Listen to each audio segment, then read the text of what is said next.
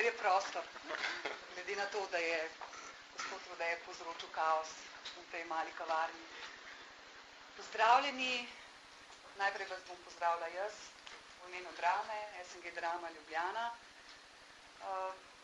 Tili naši dogodki so že običajni, pravzaprav, in najlepše dobrodošli pri nas.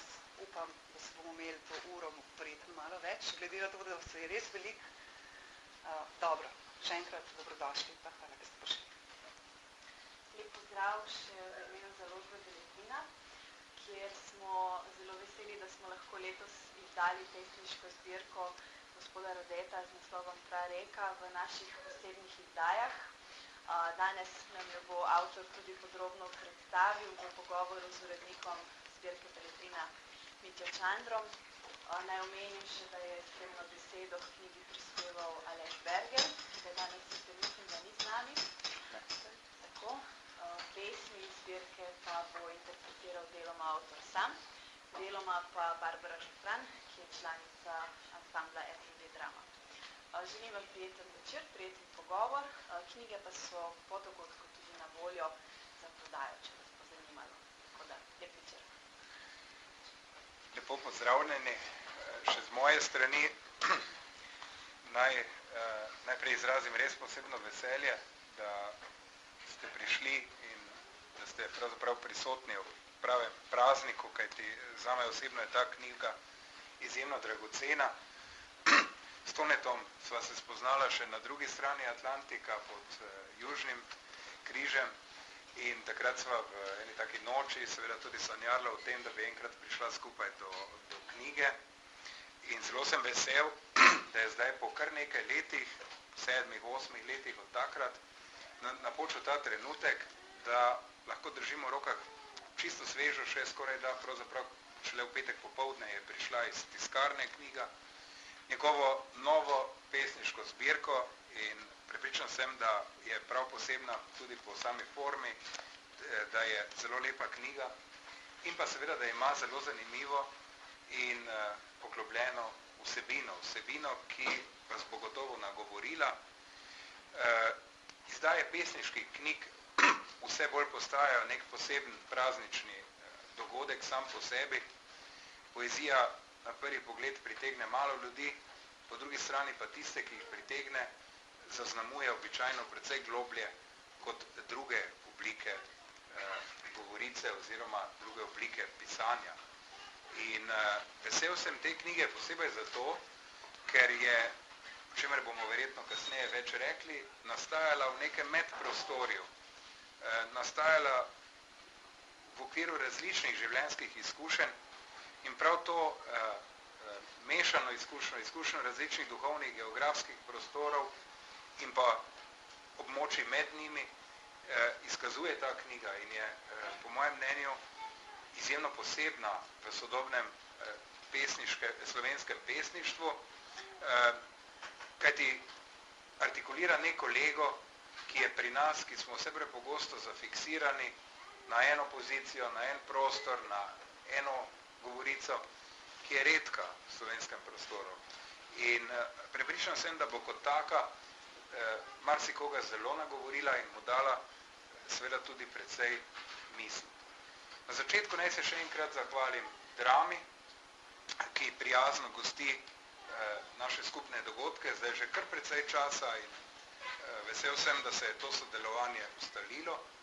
Naj se zahvalim Špeli, ki je uredila knjigo in je danes tudi z nami, pa že omenjenemu piscu spremne besede Alešu Bergerju, ki je že kar daleč nazaj pričel z spremljanjem Tonetove poezije in vesel sem, da je svoje misli strnil v eseju, ki skuša Tonetovo pesnenje reflektirati vse od prvenca, ki je zdaj že pravzaprav precej daleč, mislim, da iz leta 91, pa seveda do te najnovejše knjige. Tone Rode, za vse tiste, ki morda ne veste, avtor zdaj lahko rečeva 4 pesniških zbirk, seveda tudi drugače, zelo pomemben sooblikovalec trenutnega slovenskega kulturnega prostora kot direktor ene najvidnejših založniških hiš pri nas, torej Družine, in seveda človek z zelo zanimivo biografijo in z raznimi dejavnostmi, ki se jih je v življenju loteval. Tudi v tem ni tipičen slovenski pesnik, ker je drugače seveda zavezan tudi poslovnemu svetu, ne zgolj poeziji, in seveda prinaša neko svežo izkušnjo v ta naš prostor. Zato bi za začetek čestital Tonetu ob knjigi in mislim, da si zasluži en velik aplavz.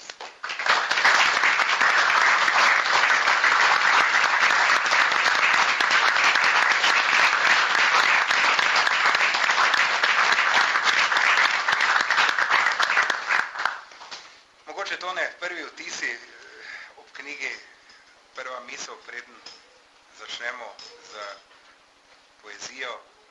Minilo je 11 let, če se ne motim, od zadnje zbirke, ki je išla takrat pri Družini, leta 2004, to je bila zbirka Biti. 11 let se je nabiral material in tudi tvoje življenje se je do neke mere seveda vmes kar radikalno spremenilo. Tone se je leta 2009 preselil iz Argentine v Slovenijo, ne moremo v tem primeru reči nazaj v Slovenijo, ampak v Slovenijo iz argentinskega prostora. Tukaj zaživel z družino, ženo, z otroci in seveda ta zbirka na nek način dokumentira ta vmesni prostor. Po eni strani so, videli boste, številne pesmi, imajo oznako, kje so nastale ali pa vsaj kje so bile zasnovane, si predstavljam. Mnoge med njimi so bile zasnovane, nastale v Buenos Airesu, mnoge seveda tukaj v Ljubljani oziroma v Komendi, mnoge pa pravzaprav nad Atlantikom, kot piše, ne? S čimer se mi je zdelo posebej duhovito in pomembno poudariti ravno ta vmesni prostor, s katerim si se seveda tudi v najglobljem eksistencialnem smislu spoprijel v tem zadnjem desetletju, odkar je pravzaprav išla tvoja zadnja zbirka. Dobro, najprej hvala lepa Miti za tako prijazne uvodne besede, hvala Drami, hvala Beletrini za resnično izjemno produkcijo knjižno, na katero so lahko ponosni, ne zaradi vsebine, pravim tudi zaradi forme. Vsekakor mi je v veselje, da smo lahko ta projekt spravili do konca uspešno in skupaj in da se vas je toliko zbralo na praznik besede, ne? Slovenske besede.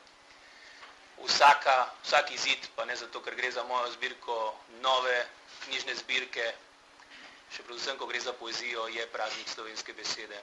Kako drugače se tisto najintimnejše, tisto najbolj notranje, kar ima človek za posredovati sočloveku, izraža, če ne preko prav pesniške vezane besede.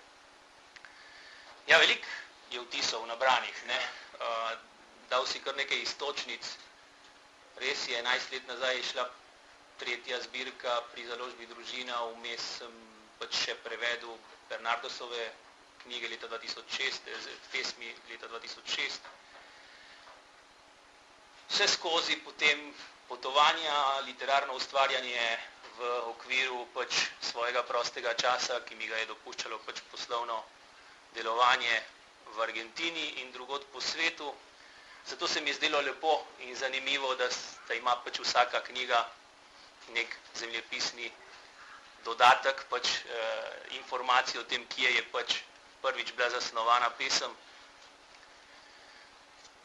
Kot je Mitja pravilno izrazil, en pomemben del te zbirke se nanaša na ta odhajanja, prehajanja in to naj bi bil prvi delovni naslov te zbirke, ki je potem postal prareka, pomenljivo prareka.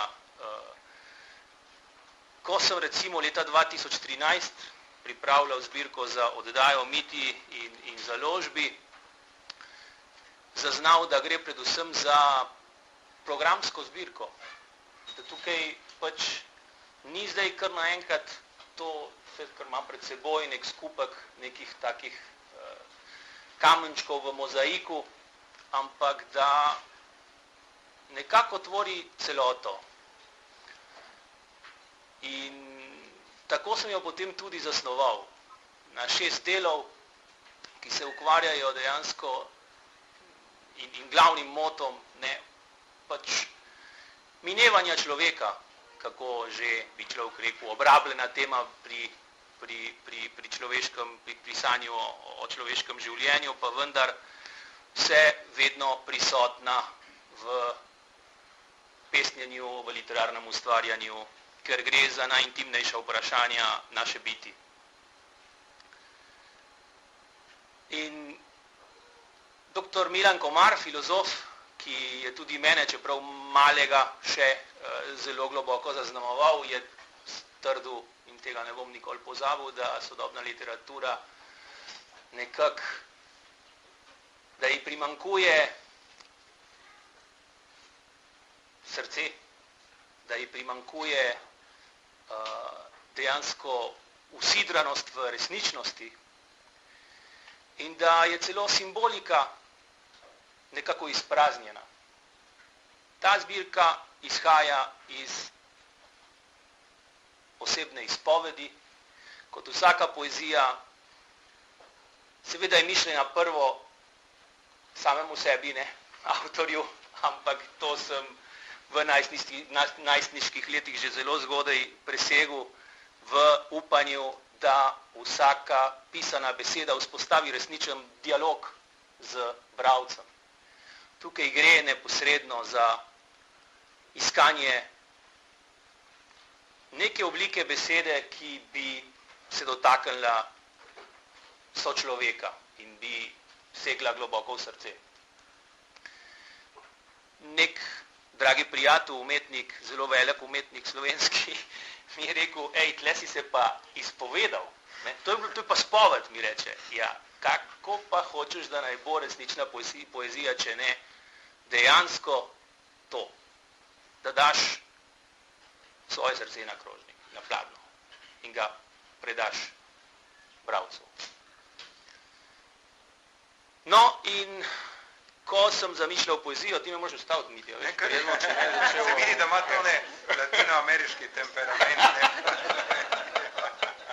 Ne, res, ustavil me pa usmer me. Ne, to je reka, ne, prav reka.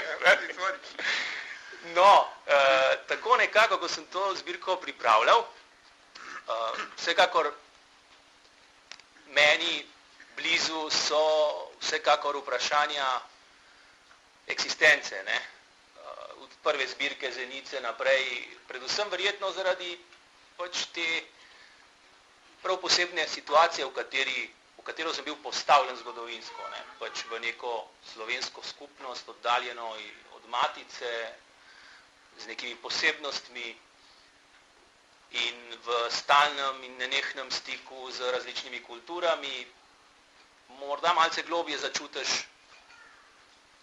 pač bežnost trenutka, tudi prostora kot takega in da se začneš potem spraševati o nekih globih vprašanjih človeka. Ne. Hotel sem pa tukaj dejansko vse skozi, sem človek, ki ima zelo rad popularno kulturo in sem se z njo na začetku, absolutno skupaj z Borgesom. Pa tako je. Zakaj ne? Iskal sem tiste resnična izhodišča sodobne poezije, v katerih nastaja tista poezija, ki je dejansko še v stiku s tem, kar se človeku dogaja.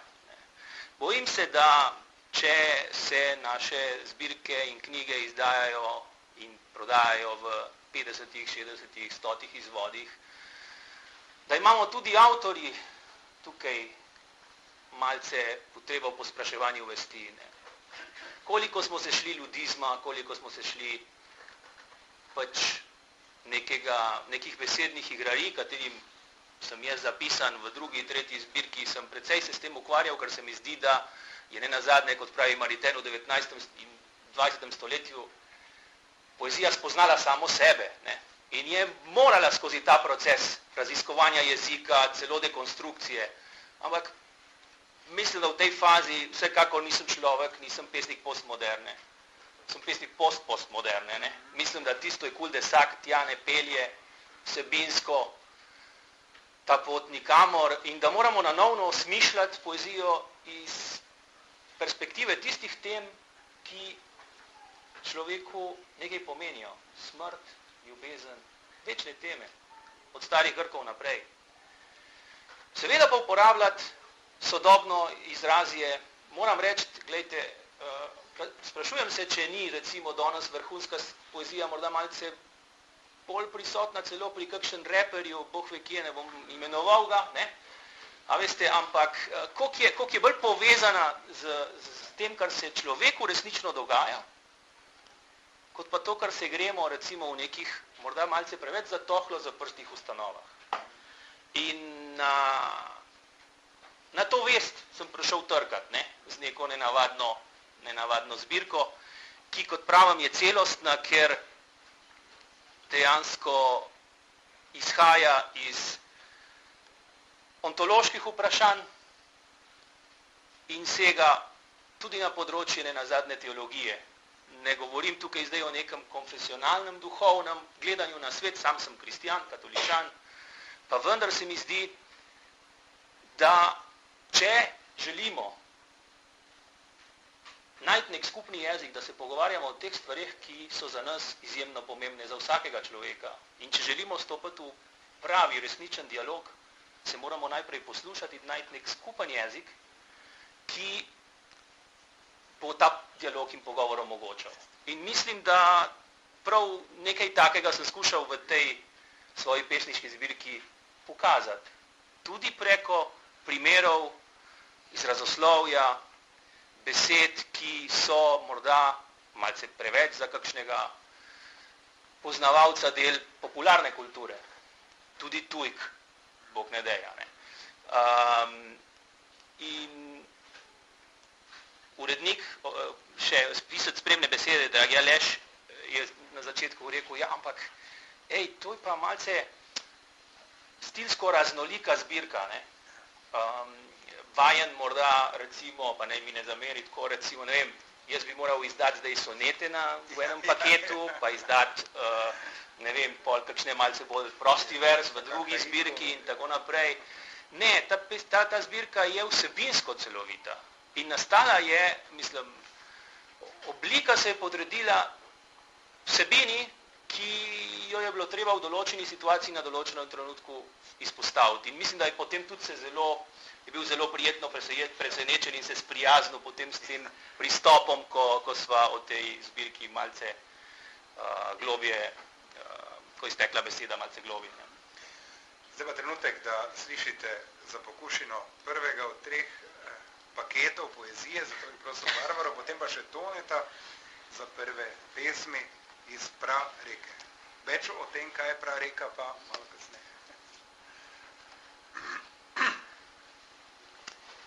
Rek. Vse plove v rek brez dna in brez obzorja. Vse se blešči v svetlobi ene zvezde. Vse trepeta pred grozo iste sestre. Vse prasketa v objemu tega ognja. Krma živini so utvare zemske, bolnika omama znanosti napori. Vse bo pordečila ta luč obzori, vse bo zagrnil plas njene beline. Belo bo vse v prisotnosti svetlobe. Bela bo struga reke zgodovine. Bele stopinje na snežni odeji ti bodo edina pot iz te doline.